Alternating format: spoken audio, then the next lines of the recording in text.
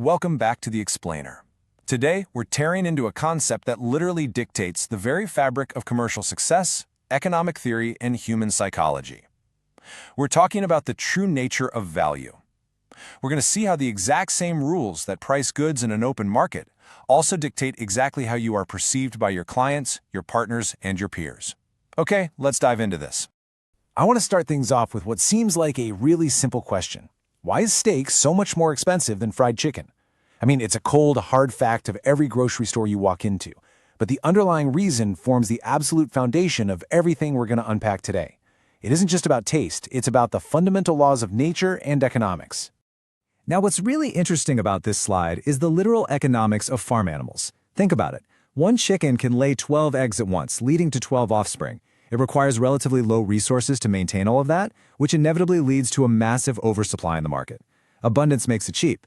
On the flip side, a cow gives birth to just one calf, and that's after a very long gestation period. Plus, maintaining cattle requires immense resources. That dynamic creates scarcity. And scarcity is exactly why steak is always going to be more expensive than fried chicken. And that brings us to the core definition anchoring our whole explainer today. Value is a multifaceted concept. At its root, it's dictated by the laws of supply and demand. But here is the vital takeaway. This rule doesn't just apply financially to commercial products like steak and chicken. It applies psychologically to your personal presence in business and entrepreneurship. Simply put, your value is heavily determined by your availability. Section 1. The economics of scarcity, supply, demand, and price. Let's look at the macroeconomic rules first. In the financial realm, value arises directly from supply and demand. When supply is low, when things are scarce, the value of a product or service naturally goes up, and an increase in value typically corresponds to a much higher price tag. Conversely, when there is an oversupply or abundance in the market, value tanks and the price plummets right along with it. And this brilliantly illustrates the famous water-diamond paradox. Think about it. Water is absolutely essential for human survival. We literally cannot live without it. Yet, because it's widely available, it is incredibly cheap. It's assigned almost zero monetary value. Diamonds, on the other hand, have exactly zero life-sustaining utility. You can't drink them, you can't eat them. Yet, because they are so extremely scarce, they are highly prized and incredibly expensive. Utility doesn't dictate value. Scarcity dictates value. Section 2. The intangible economics, your personal value in business. So let's pivot from the tangible economics of products to the intangible economics of, well, you. On a personal level, which is incredibly relevant for your business owner or entrepreneur, your value derives from how your image is portrayed, and, most importantly, your availability. You are subject to the exact same supply and demand laws as water and diamonds. So, the crucial point is this. When a person is overly available and seen too often, they tend to be taken for granted. Really let that sink in. If you are constantly available, always eager to please, and entirely transparent, you are flooding the market with your own supply. You basically become the water. That initial appeal that drew clients or partners to you, it diminishes rapidly. To make this psychology deeply tangible, let's think about a marriage for a second. Take a married couple who's been living in the same house for 10 years. Because they see each other constantly, they will likely start taking each other for granted. It's human nature. That's the present spouse dynamic.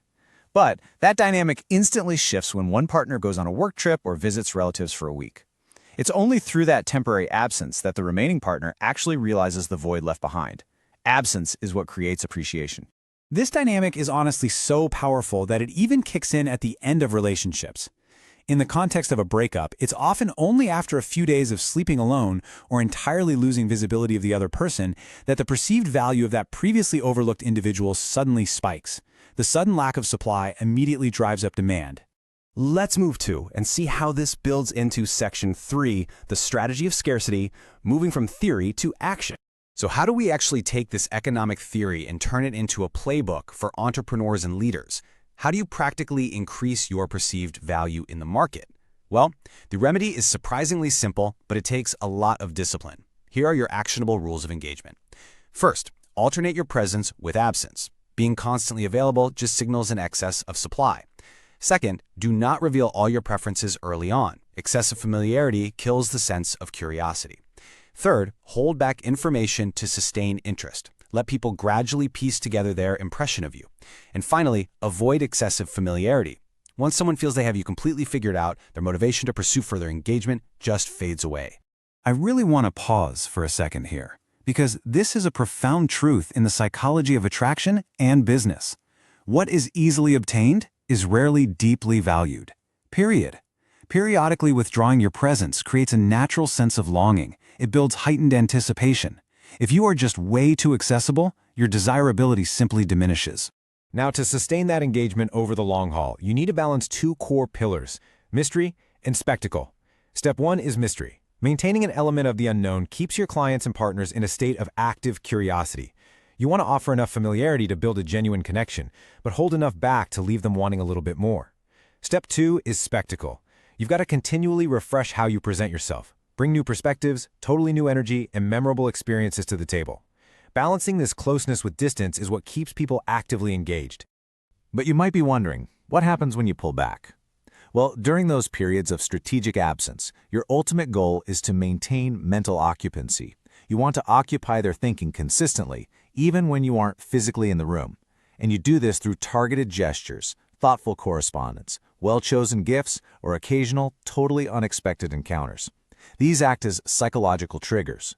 When someone finds it difficult to go through their day without thinking about you, you have achieved immense psychological influence and, by extension, extremely high perceived value. So, I want to leave you with this final, provocative thought to really reflect on today. Take a hard look at your current business relationships. Look at your clients, your partners. Are you the water? Widely available, easily obtained, taken for granted, and cheap? Or are you the diamond? Scarce, slightly mysterious, hard to attain, and highly prized. Mastering your own scarcity is the true key to elevating your value. Thanks for joining me on this explainer, and I highly recommend applying these principles to your own brand starting today. See you next time.